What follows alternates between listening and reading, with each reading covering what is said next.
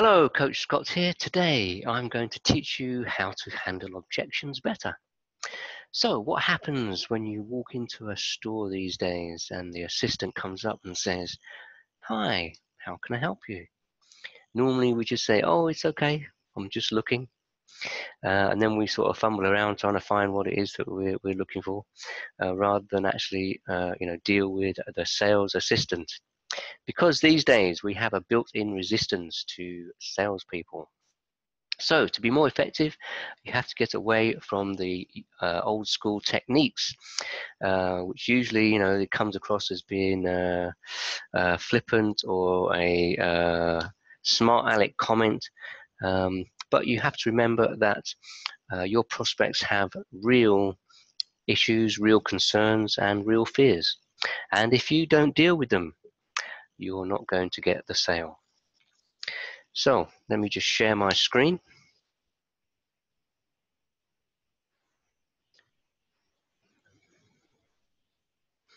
Okay, so if we don't uncover your prospects' real issues, confusion, or concerns, you're in trouble. So how do I get people to buy? Don't be confused, don't be focused on what we want to sell. Focus more on what your prospect wants, and more importantly, maybe, why do they want to buy it? If you want a path to a resistance-free recruiting or selling, you must learn that your reasons to make a sale are usually irrelevant to your prospect. The only thing that matters is the truth behind your prospect's desires. So, here's the truth. The most effective way I've found to overcome your prospect's concerns, fears, and skepticisms is to seek the truth behind their concerns, fears, and skepticisms. So this is an 8-step process. So number 1, acknowledge. Number 2, take away, nice and softly. Don't want to be hard on your prospects. Redetermine their interest. Oops, notice an error there. That should be step 3, shouldn't it? Redetermine their interest. Step 4, set aside. Step 5, isolate times 2. Step 6, the rebuttal. Step 7, comprehension question. And step 8, close, close, close. Okay, so steps 1 to 4 are basically setting things up. So step 1, we acknowledge the prospect's concern. And here we want to be using empathy and not sympathy. So a couple of examples here. You might say, "I can certainly see why you would feel that way," or "I completely understand why you might feel that way." Or basically words to that effect. Don't try and use other people's words. It's what comes more naturally to you, but we're basically saying the same thing. So use your own words. Step 2, take away softly.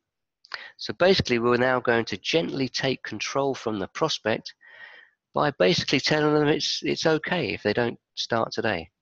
Yeah.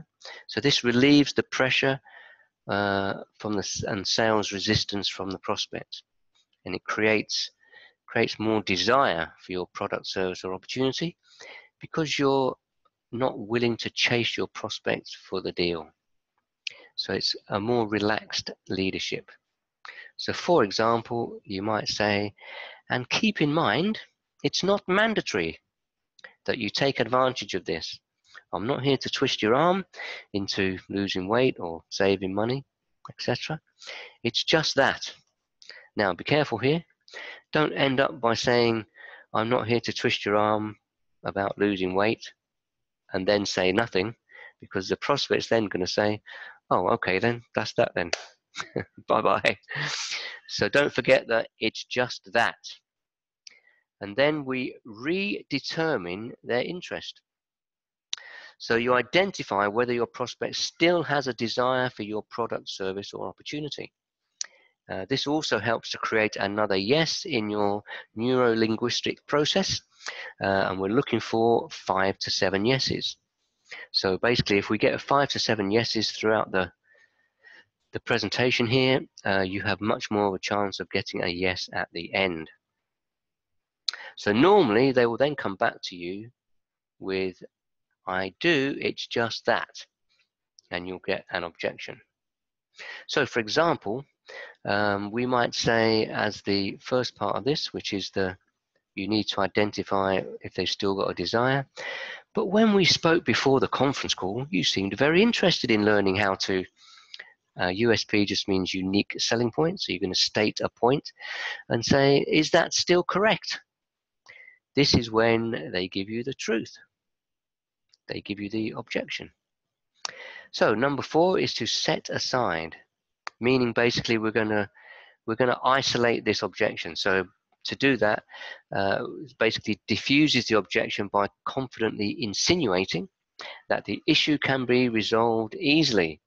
And we might do that by saying, for example, okay, I understand that, but let's assume I can show you a way to get around that issue. Or I get what you're saying, but put that aside for a minute. So we know it's there, but let's just put that over here in a little box at the moment. We know it's an issue, but if we can get around that, and then carry on. And then we're looking at steps 5 to 8, which is the close. Now, a lot of people get scared about the close. It's only about asking. It's nothing to be scared of. So step 5, isolate times 2. So number 1, this helps you ensure you are dealing with the real issue before you commit to using up a rebuttal. Okay, number 2, it also helps identify any other potential threats you might be looming beneath the surface, below the surface. So maybe they have some other issues which haven't come forward yet. Number 3, commits the prospect to, if you do this, I'll do that agreement. So for example, we might say, would there be anything else that would stop you from getting started today or tonight? If yes, okay, what else would stop you from getting started today? After the new issue is expressed, would there be anything else? And we need to repeat these processes till all objections are on the table. And usually the last one turns out to be the real objection. And you're going to hear maybe, well, it really is blah, blah, blah. So now that we've uncovered the real issue, so you was going to say, so just so I'm clear, if we can help you get that issue resolved, satisfying their issues, you're saying you want to get started tonight. Is that right? Okay. Now we come to step 6, the rebuttal. So this provides a clear, simple, and concise answer to the issue. Doesn't have to be rocket science to be effective. In fact, the simpler you keep it, the better. Remember the old slogan, keep it simple, stupid. KISS, if you didn't know. Okay, so for example, we might say, let's think. So earlier, Ron, you said that you were really looking forward to getting involved in a business which would allow you to leave your current job in the next 6 months to a year. Is that still the case? Yeah, so that's an example there. So step number 7, the comprehension question. This is a question that confirms your prospect understands your rebuttal and gets a yes answer. So you might say, does that make sense? Do you see how that works now? Is that clear? Is that fair? Note, make sure you get a firm yes. Uh-huh. Or okay is typically not good enough. If you did not get a firm yes, you need to ask, are you sure you understand, Ron? You don't sound 100% clear. Are you sure you get it? Let me say that again so you can be 100% clear. And if they still don't get it, repeat the rebuttal, but do it a little slower this time.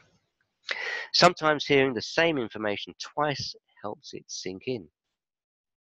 And step 8, we go to the close. So a direct close, one that directs or tells your prospect to grab their payment to get going, might be something like, great, go ahead and get your credit card and we'll get you set up on this end. Or, wonderful, how did you want to get this going today? Visa or MasterCard? The second one might be what we call a trial close. So a close that asks for a small bit of information prior to going for payment. If the prospect says yes to the trial, they will most likely agree to get started. So one example might be, how did you want your name to appear on the paperwork? Was that first and last name, or do you use a middle name? If they tell you, then usually they will go ahead when you ask for the payment. So when you seek your prospect's truth, you start down a path that eliminates nearly 80% of the objections or obstacles your prospect can raise. More importantly, you empower your prospect to learn a better, more effective way to deal with objections they're going to face. So especially if you're bringing people into your business, into a network marketing business, you're showing them a better way to conduct the sales process and handle objections. Okay, if this training, if you like this training, there's more. Please click on the link to go to my group, and you'll get more content there. Okay, thank you. Let me stop sharing my screen and say bye-bye.